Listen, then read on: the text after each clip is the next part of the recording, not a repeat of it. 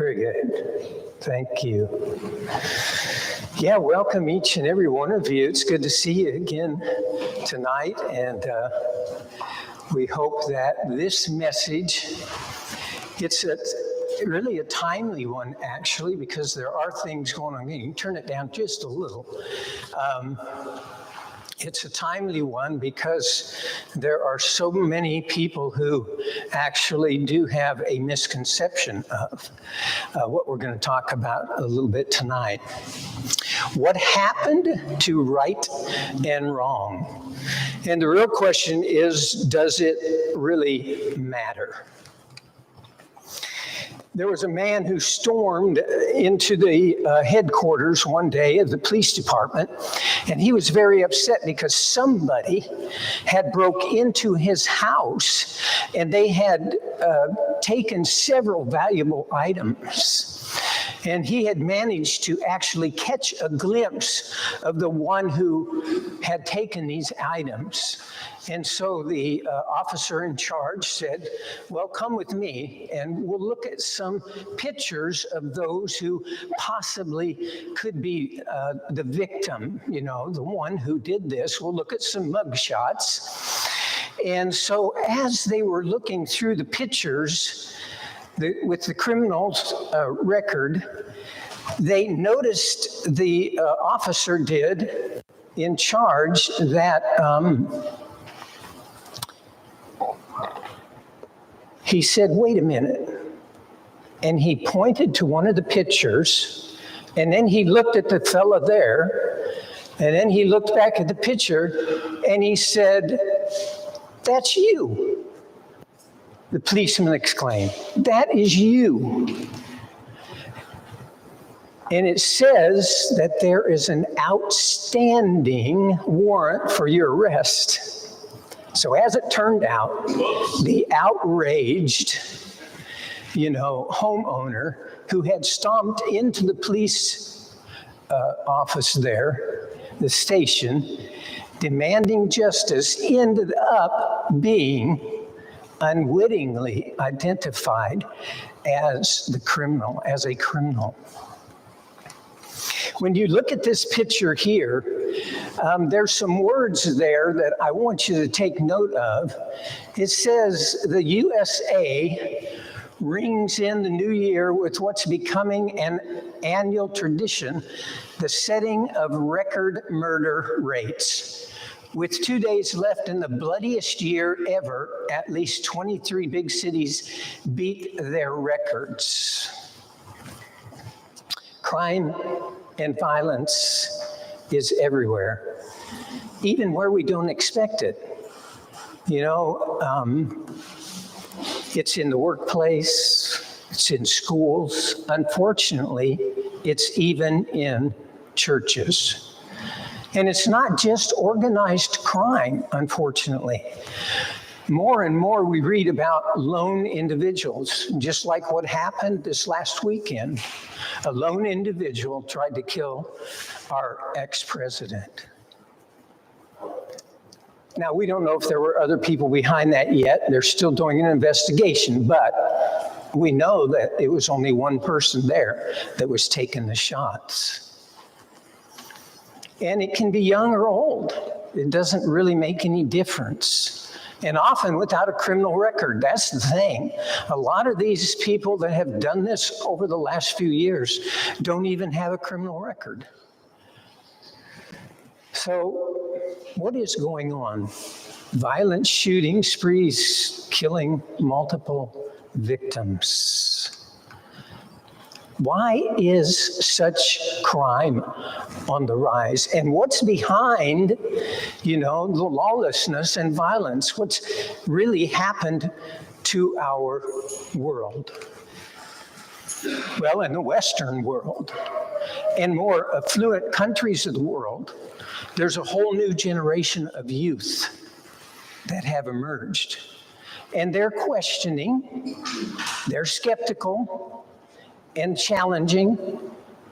And who are their role models? Most of the time, their role models are actually entertainers and athletes who are living for the moment. And too often they watch their own parents even lie and steal. So, I mean, what chance do they have?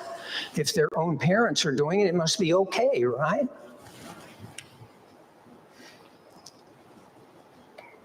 Even some churches today are teaching that God's standard of right and wrong no longer applies. God's law no longer applies. His commandments, they say, they've been abolished, and they're no longer relevant, and they're impossible to keep. But are they really?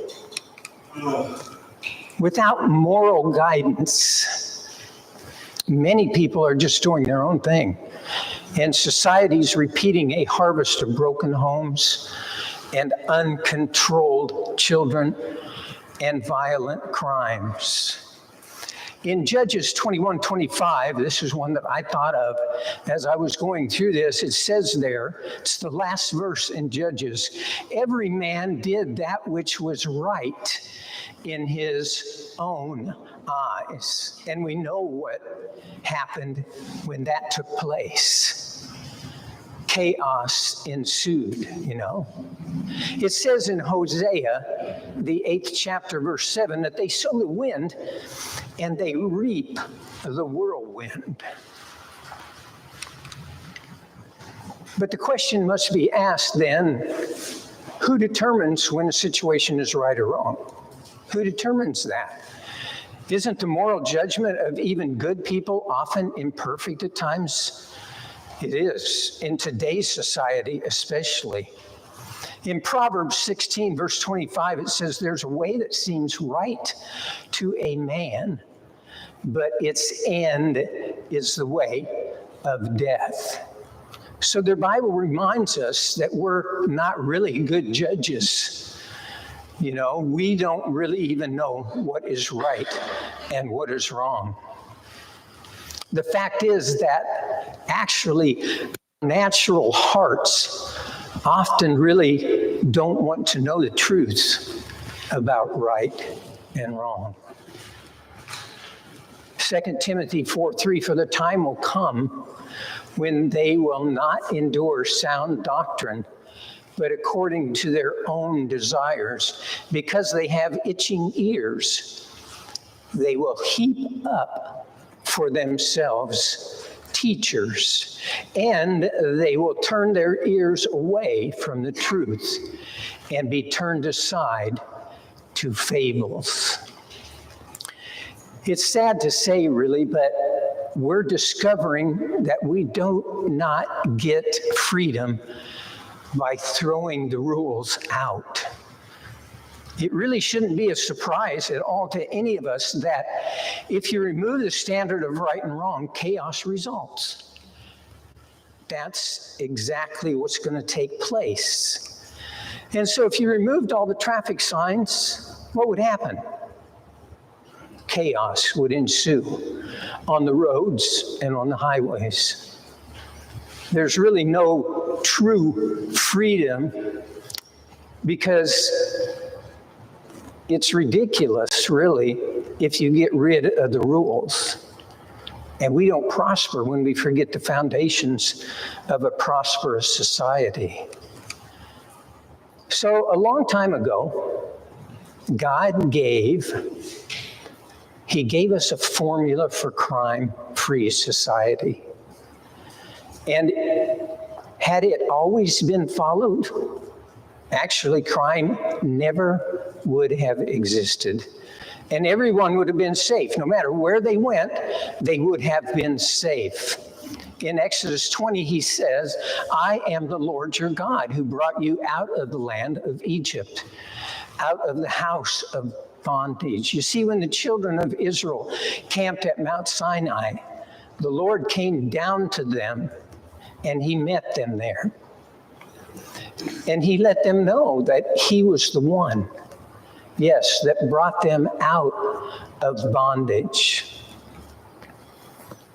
So first the Lord identified himself as their deliverer from slavery, and then as the one who had opened up the Red Sea before them, he was their protector. In other words, he was saying, I care for you, and you can trust me.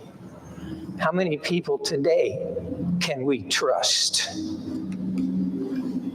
And then he gave them his divine law so that they could know how to live in peace and safety, so that man would know the difference between right and wrong.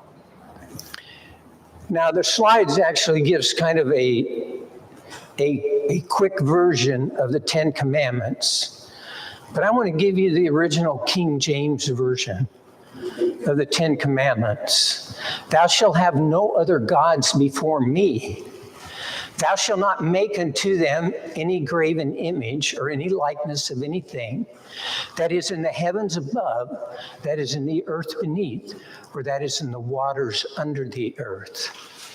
Thou shalt not bow down thyself nor serve them, for I, the Lord thy God, am a jealous God, visiting the iniquity of the fathers unto the sons and children,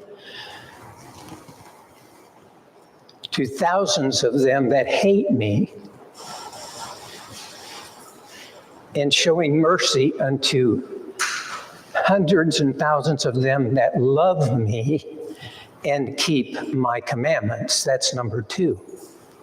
Number 3, thou shalt not take the name of the Lord thy God in vain, for the Lord will not hold him guiltless that taketh his name in vain.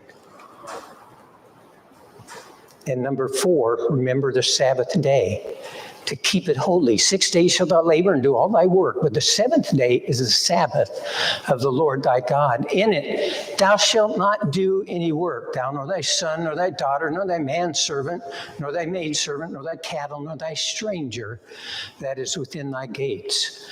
For in 6 days the Lord made the heavens and the earth, and all that in them is, and rested on the 7th day. Wherefore the Lord blessed the Sabbath day and hallowed it. We'll get to why we should keep those 4 first.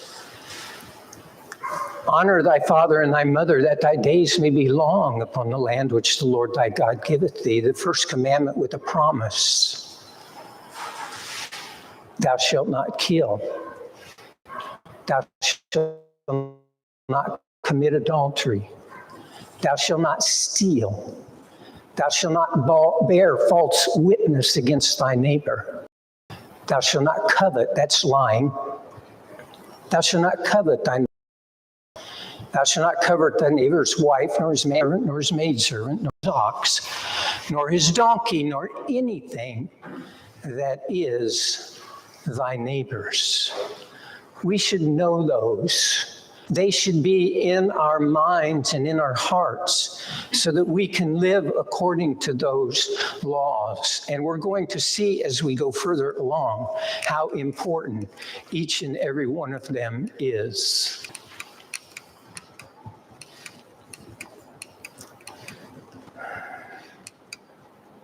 And so, knowing how forgetful humans can be, God wrote those 10 commandments on 2 tablets of stone with his finger.